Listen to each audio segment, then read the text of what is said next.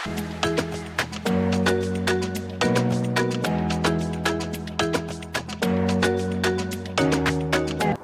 राजनीति में सभी नेताओं को अपना सक्सेशन प्लान पहले से तैयार कर लेना चाहिए और अपने बच्चे बच्चियों को पहले से ही राजनीति में इतना आगे कर देना चाहिए ताकि उन्हें रिटायरमेंट के समय समस्या ना हो? आजकल चर्चा ये हो रही है कि नीतीश कुमार को क्यों बाहर कर दिया गया, बीजेपी ने उनके साथ धोखा किया है। उत्तर प्रदेश के पूर्व मुख्यमंत्री अखिलेश यादव ने तो यहाँ तक कहा कि हम तो उन्हें प्रधानमंत्री बनाना चाहते थे और वो राज्यसभा मेंबर होकर अब रिटायर हो जाएंगे। ऐसे बहुत सारे नेता हैं, कांग्रेस के नेता हैं, आरजेडी के नेता हैं। तेजस्वी यादव ने कहा कि नहीं, उन्हें तो पहले से मालूम था कि ऐसा होने वाला है और उन्होंने तो भविष्यवाणी कर दी थी, उनकी भविष्यवाणी सही हो गई। अब ये दो नेता ऐसे हैं जो अपने पिताओं की विरासत के कारण ही राजनीति में है। उनका और कोई अस्तित्व नहीं, उनका कोई राजनीतिक अनुभव नहीं और उनकी कोई राजनीतिक योग्यता नहीं, उपयोगिता नहीं। पिछले चुनाव में तेजस्वी ने भविष्यवाणी की थी, लालू यादव ने भविष्यवाणी की थी। बहुत सारे लोग कह रहे थे कि तेजस्वी यादव की सरकार बनेगी और उन्होंने बहुत सारी बातें कही हुई थी नीतीश के बारे में, वो आज भूल रहे हैं। बातें ये कही गई थी कि नीतीश कुमार की याददाश्त खराब है और ये उनको चुनाव हराने के लिए कही गई थी कि आरजेडी को पूर्ण बहुमत मिलेगा। बहुत सारी चीज़ें थी। आरजेडी को बहुमत नहीं मिला, बल्कि बीजेपी और स्वयं जेडीयू ने बहुत अच्छी सफलता प्राप्त की। जेडीयू की सफलता इसलिए ज़्यादा कही जाएगी क्योंकि पिछले बार उसकी सीटों की संख्या सिर्फ 43 थी, 43। अब की बार बढ़ के वो संख्या हो गई है 83, 40 सीटों का इजाफा। तो ये बहुत बड़ी बात है। तो जेडीयू तो बहुत फायदे में रहा। अब बात करते हैं कि नीतीश कुमार को ऐसा क्या हुआ, नीतीश कुमार ने ऐसा फैसला क्यों लिया, नीतीश कुमार का राजनीतिक कैरियर कैसा रहा और उस परिप्रेक्ष्य में जो वर्तमान निर्णय है नीतीश कुमार का उसको कैसे देखा जाए। नीतीश कुमार 75 वर्ष के हो गए हैं और 75 वर्ष का होना राजनीति में रिटायरमेंट का कारण नहीं बन सकता है। हालांकि भाजपा ने अपने यहाँ 75 से ऊपर के नेताओं को मार्गदर्शक मंडल में शामिल किया था, लेकिन जेडीयू तो बहुत छोटी पार्टी है और नीतीश कुमार उसके सर्वे सर्वा हैं। वो जब चाहें, जब तक चाहते बने रह सकते थे। नीतीश कुमार जेपी आंदोलन की उपज है और नीतीश ही क्यों, आरजेडी जो प्रमुख थे लालू प्रसाद यादव वो भी उसके उपज थे, सुशील कुमार मोदी भी उसके उपज थे। लेकिन ये सारे नेता अलग अलग हैं। कम से कम लालू यादव और नीतीश में तो बहुत जमीन आसमान का अंतर है। इसलिए कहा जा सकता है कि एक ही आंदोलन से एक ही उद्देश्य के लिए जुड़े हुए नेता एक जैसे नहीं हो सकते हैं। लालू यादव पहले मुख्यमंत्री बन गए हैं। ये राजनीतिक विडंबना है, राजनीतिक समीकरण है जिसके कारण ऐसा हुआ। और 15 वर्षों के उनके जंगल राज में जो कुछ भी बिहार ने देखा, उसके बाद बिहार ने नीतीश कुमार को मुख्यमंत्री बना दिया। और एक बार मुख्यमंत्री बनने के बाद नीतीश कुमार ने पीछे मुड़कर नहीं देखा, वो लगातार 20 वर्ष तक मुख्यमंत्री बने रहे। और एक चीज तो उनके नाम रिकॉर्ड है, शायद ही कभी कोई तोड़ सके। कितने बार ही उन्होंने मुख्यमंत्री पद से इस्तीफा दिया और पुनः शपथ ग्रहण की। एक ही विधानसभा के एक ही कार्यकाल में उन्होंने 3-3 बार मुख्यमंत्री पद से इस्तीफा दिया और शपथ ली। जेपी आंदोलन से राजनीति में जुड़े नीतीश कुमार पहली बार 1985 में विधानसभा के लिए चुने गए और उसके बाद में 89 में, जिस समय मंडल और कमंडल का जोर था, उस समय वो लोकसभा में आए। और उस समय तक जो जनता पार्टी या जनता दल था उसका विभाजन होते होते कई टुकड़े हो चुके थे और नीतीश कुमार ने जॉर्ज फर्नांडिस के साथ मिलकर समता पार्टी बना ली थी। इसके बाद में जब अटल जी की सरकार बनी तो नीतीश कुमार मंत्री बने। कई मंत्रालय उन्होंने बारी बारी से संभाले। ये कोई बहुत बड़ी बात नहीं। बहुत बड़ी बात यह है कि 2000 में जब चुनाव हुए बिहार विधानसभा के, तो भारतीय जनता पार्टी और जो जेडीयू उसको पूर्ण बहुमत नहीं मिला, सीटें कम थीं, लेकिन सबसे बड़ा गठबंधन था, इसलिए इन्होंने सरकार बनाने का दावा पेश किया और मुख्यमंत्री पद की शपथ भी ले ली। जिस समय वह मुख्यमंत्री पद की शपथ ले रहे थे वह केंद्र में रेलवे मिनिस्टर थे। इस्तीफा देने के बाद मुख्यमंत्री बने। 1 हफ्ते के अंदर ही उन्होंने इस्तीफा दे दिया क्योंकि उनके पास बहुमत नहीं हो पाया था। लेकिन जैसे रेल की जो बोगियां होती हैं उसमें सीट पर लोग रुमाल रख के चले जाते हैं और लौट के आते हैं, फिर अपनी जगह ले लेते हैं, लगभग इसी स्टाइल में नीतीश कुमार छोड़कर गए थे रेलवे मिनिस्ट्री और आकर फिर मंत्री पद की शपथ ले ली। ये नीतीश कुमार ही कर सकते हैं, ऐसा बहुत कम होता है, लेकिन अटल जी की सरकार में नीतीश के साथ में ऐसा हुआ। लेकिन 2005 में जेडीयू ने और भाजपा ने मिलकर इतनी सीटें जीती कि उनको बहुमत मिल गया और नीतीश कुमार फर्स्ट चॉइस से मुख्यमंत्री की और मुख्यमंत्री बन गए। तो 2005 से आज तक लगातार मुख्यमंत्री बने हुए हैं। साथ किसी का भी हो, मुख्यमंत्री हमेशा नीतीश कुमार रहे। और मुख्यमंत्री रहते हुए नीतीश कुमार का काम बिहार में बहुत शानदार रहा। अगर हम लोगों की शानदार की परिभाषा भारतीय परिवेश में रखी जाए, निश्चित रूप से शानदार रहा। वैसे तो जो होना चाहिए था बिहार में वो नहीं हुआ, जैसा होना चाहिए था बिहार को वैसा भी आज बिहार नहीं है, लेकिन बिहार ने बहुत तरक्की की और कम से कम जो सड़कों का इंफ्रास्ट्रक्चर था उसमें बहुत सुधार किया नीतीश कुमार ने। शिक्षा व्यवस्था में बहुत सुधार किया, स्कूल छोड़ने वाले बच्चे थे उनकी संख्या बढ़ी, और जो वोमेन एम्पावरमेंट कहा जाता है, महिला का सशक्तिकरण, वो बहुत किया उन्होंने। पंचायतों में 50% रिजर्वेशन दिया, शराबबंदी की, ऐसे बहुत सारे काम किए।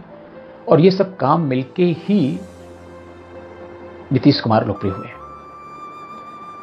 और जो पिछला चुनाव हुआ उसमें इसलिए उनके नाम पर वोट मांगे गए, महिलाओं ने बहुत बढ़ चढ़कर भागीदारी की और सरकार बनी।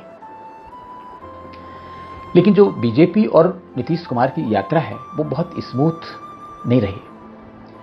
2013 में जिस समय नरेंद्र मोदी को भारतीय जनता पार्टी का प्रधानमंत्री का चेहरा घोषित किया गया, तो उस समय नीतीश कुमार छिटक गए। और छिटक क्यों गए? क्योंकि उस समय तक भाजपा को भारतीय राजनीति में लगभग अछूत का दर्जा दिया गया था। और अछूत का दर्जा किस लिए दिया गया था? मुस्लिम तुष्टीकरण के कारण। क्योंकि मुस्लिम भाजपा को फूटी आंख नहीं देखना चाहते हैं, आरएसएस को भी और भाजपा को भी। लेकिन इस चीज का एहसास आज तक आरएसएस को भी नहीं है और भाजपा को भी नहीं है कि इनके संबंध जीवन में कभी मधुर नहीं हो सकते, लेकिन ये लोग प्रयास करते रहते हैं। खैर, 2013 में सिर्फ इन्हीं जो अल्पसंख्यक वर्ग कहना चाहिए, अल्पसंख्यक तो नहीं है मुसलमान भारत में, मुस्लिम वोटों के कारण ही नीतीश कुमार ने झटका दे दिया भाजपा को। लेकिन भाजपा के पास कोई ऑप्शन भी नहीं था। बिहार में जो भी हो सकता था अपने दमखम पर चुनाव लड़ा, लेकिन भाजपा को बहुत बड़ी सफलता मिली। 40 सीटों में से 31 सीटें भाजपा ने जीती। केंद्र में नरेंद्र मोदी प्रधानमंत्री बन गए। नीतीश कुमार को एक झटका लगा, लेकिन फिर 2015 में जब चुनाव आए विधानसभा के, तो उन्होंने महागठबंधन बनाया कांग्रेस और आरजेडी के साथ में और बहुत बड़ी सफलता हासिल की। लेकिन दूसरी पार्टी में आज आप देखें सारे चैनल पर, समाचार पत्रों में, टिप्पणियों में, हर जगह ये कहा जा रहा है कि भाजपा जो उनके सहयोगी होते हैं उनको खा जाते हैं, उनको ये कर जाते हैं। लेकिन नीतीश कुमार असहज हो गए आरजेडी के साथ, क्योंकि आरजेडी और नीतीश कुमार का तो जो पूरा वोट बेस था एक ही है। कांग्रेस अपना फिसलता जनाधार बचाने की कोशिश कर रही थी और इसलिए नीतीश कुमार के सामने दोहरी मुसीबत थी।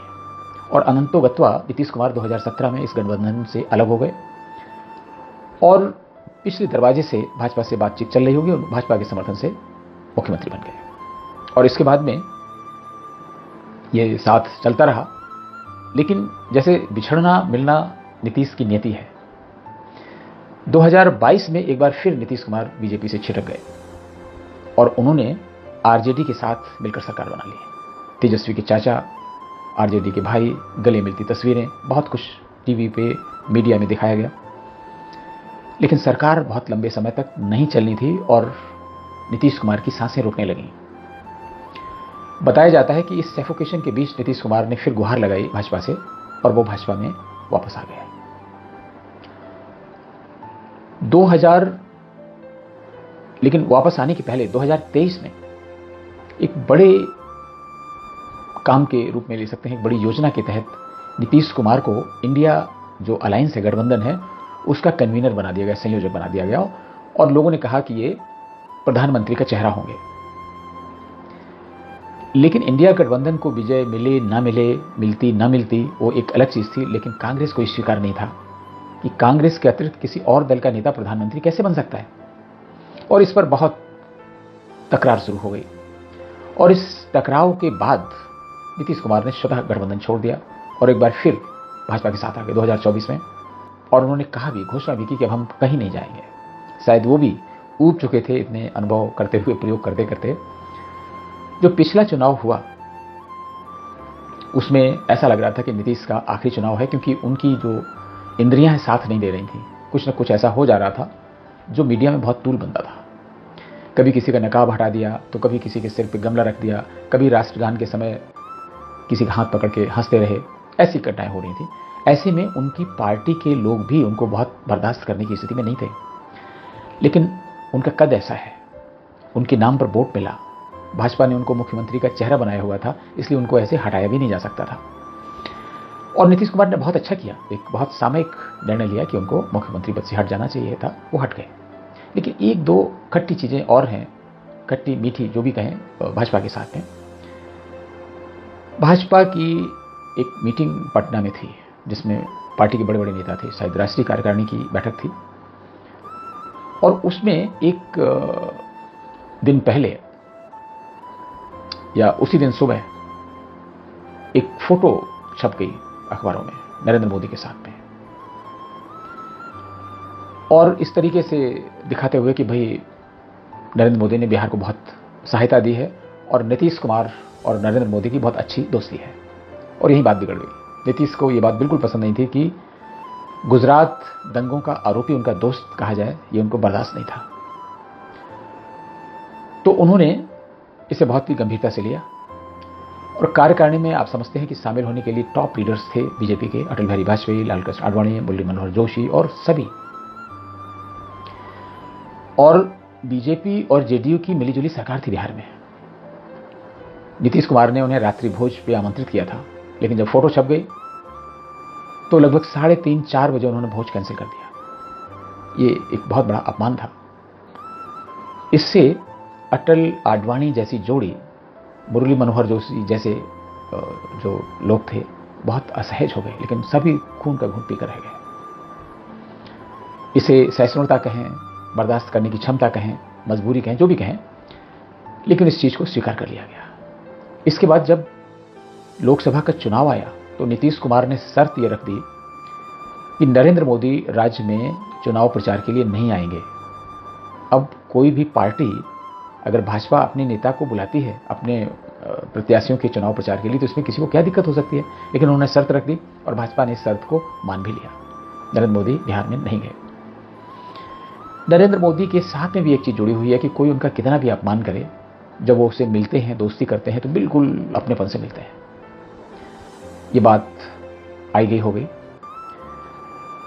2014 के बाद जब नरेंद्र मोदी लगातार सत्ता में बने रहे और उन्होंने बिहार को काफी सपोर्ट किया उसके विकास में, तो अब उनकी दोस्ती काफी अच्छी हो गई है, कम से कम नरेंद्र मोदी की तरफ से और उनकी तरफ से ऐसा लगता है। आपने देखा होगा कि कई मंचों पर नीतीश कुमार ने नरेंद्र मोदी के पैर छूने की कोशिश की और नरेंद्र मोदी ने उनको उठा के गले लगा लिया, गले मिले। ऐसी बहुत सारी तस्वीरें आपने देखी होंगी।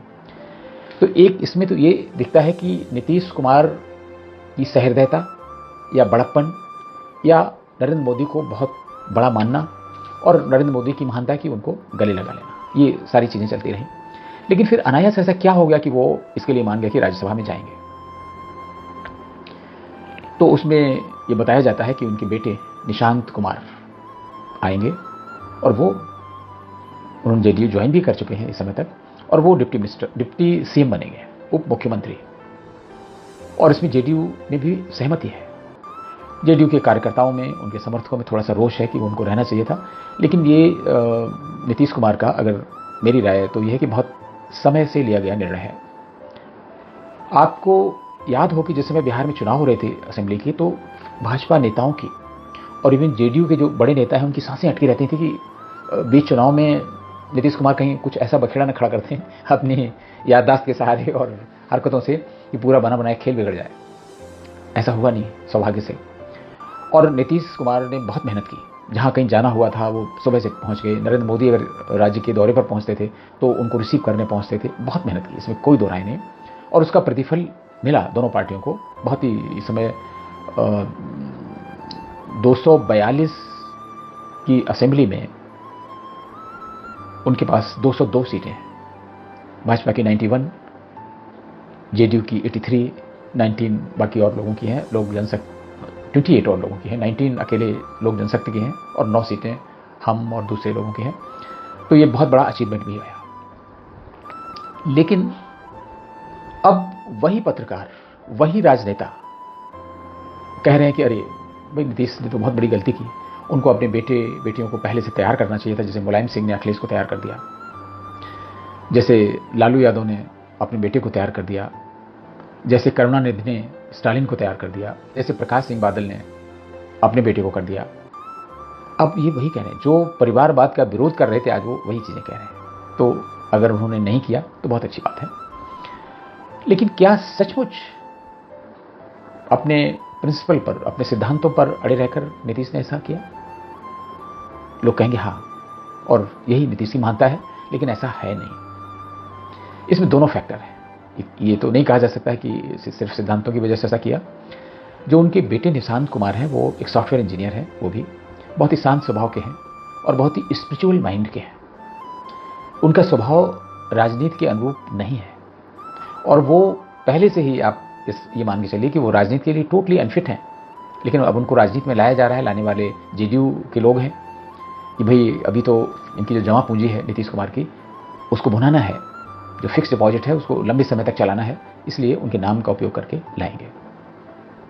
ये देखने वाली बात होगी कि निशांत कैसे परफॉर्म करते हैं, क्या करते हैं। लेकिन सबसे बड़ी चीज़ ये है कि सादगी उनके परिवार की एक बहुत बड़ी विशेषता है। नीतीश कुमार पर कभी भ्रष्टाचार का कोई आरोप नहीं लगा। कई नेता खुद ईमानदार रहते हैं, उनके बेटे बेटियों दामादों पर बहुत बड़े बड़े आरोप लगते हैं, ऐसा भी नहीं हुआ। और उन्होंने अपने व्यवसाय के लिए, व्यक्तिगत लाभ के लिए निशांत कुमार ने भी ऐसा नहीं कहा। तो ये बिल्कुल क्लीन इमेज के दोनों लोग हैं। लेकिन अभी भी राज्यसभा का चुनाव होने में, फिर राज्यसभा मेंबर के रूप में शपथ लेने में समय बाकी है, और समय तक कुछ भी हो सकता है जिसके लिए नीतीश कुमार जाने जाते हैं। लेकिन ऐसा इसलिए नहीं होगा क्योंकि नीतीश कुमार का स्वास्थ्य अच्छा नहीं है। आपने देखा होगा कि अटल जी 2004 तक तो अच्छे खासे थे। इसके बाद अगले चुनाव में आडवाणी को नेता घोषित किया गया, उनको आगे करके चुनाव लड़ा गया, और all of sudden Atal ji को क्या हो गया कि उनकी याददाश्त चली गई, लोगों को पहचानना बंद कर दिया, उनका मूवमेंट रुक गया। भारत रत्न भी जब उनको दिया गया, उनको समझ में नहीं आया उनको क्या मिल रहा है। बहुत हालत उनकी खराब थी, अल्जाइमर टाइप की, या अल्जाइमर ही उनको जो बीमारी हो गई थी। लेकिन जो पारिवारिक सूत्र बताते हैं, या जेडीयू के जो नज़दीकी सूत्र हैं, कि नीतीश कुमार भी इस तरह की किसी बीमारी का शिकार हो रहे हैं और ये बीमारी बढ़ने के चांस हैं। तो फिर राज्यसभा में क्या करेंगे जाकर? राज्यसभा में खप जाते हैं। राज्यसभा में कितने ऐसे लोग हैं जो बोलते नहीं हैं, बिना बोले ही पूरा जीवन काट के चले जाते हैं। सोनिया गांधी भी बीमारी के बाद राज्यसभा गई हैं, या अभी रिसेंट में एक एग्जाम्पल बना है। तो इसलिए कोई बड़ी बात नहीं है ये।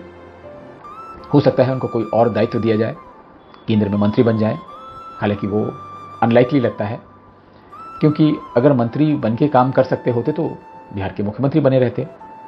लेकिन हो सकता है भारत में कुछ ऐसे भी रिकॉर्ड बने हैं जहां पे विदाउट पोर्टफोलियो मंत्री बने रहे हैं, उनको भी कोई हल्का फुल्का विभाग दिया जा सकता है, ताकि उनको मंत्री होने की सारी सुख सुविधाएं, बिहार घूमने की, आने की, अपनी रैलियां करने की, अपने बेटे को स्थापित करने की सुविधाएं मिले, किया जा सकता है, और भाजपा करेगी। दूसरा ये भी हो सकता है कि एनडीए में जो संयोजक का पद नहीं है, जो अटल जी के ज़माने में कभी चला करता था, जॉर्ज फर्नांडिस रहे, फिर बाद में चंद्रबाबू नायडू भी रहे, तो ऐसा कुछ किया जा सकता है, इसकी भी संभावना है।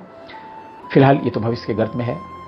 निशांत कुमार क्या करेंगे, नीतीश कुमार के साथ में क्या होगा। लेकिन आज की स्थिति यह है कि नीतीश कुमार अगर राजनीति से संन्यास ले लेते हैं तो शायद जो उनका राजनीतिक कद है उसमें इतना उछाल आता जिसकी कल्पना हम लोग नहीं कर सकते हैं, और फिर तो नरेंद्र मोदी मजबूर हो जाते हैं उनको भारत रत्न देने के लिए।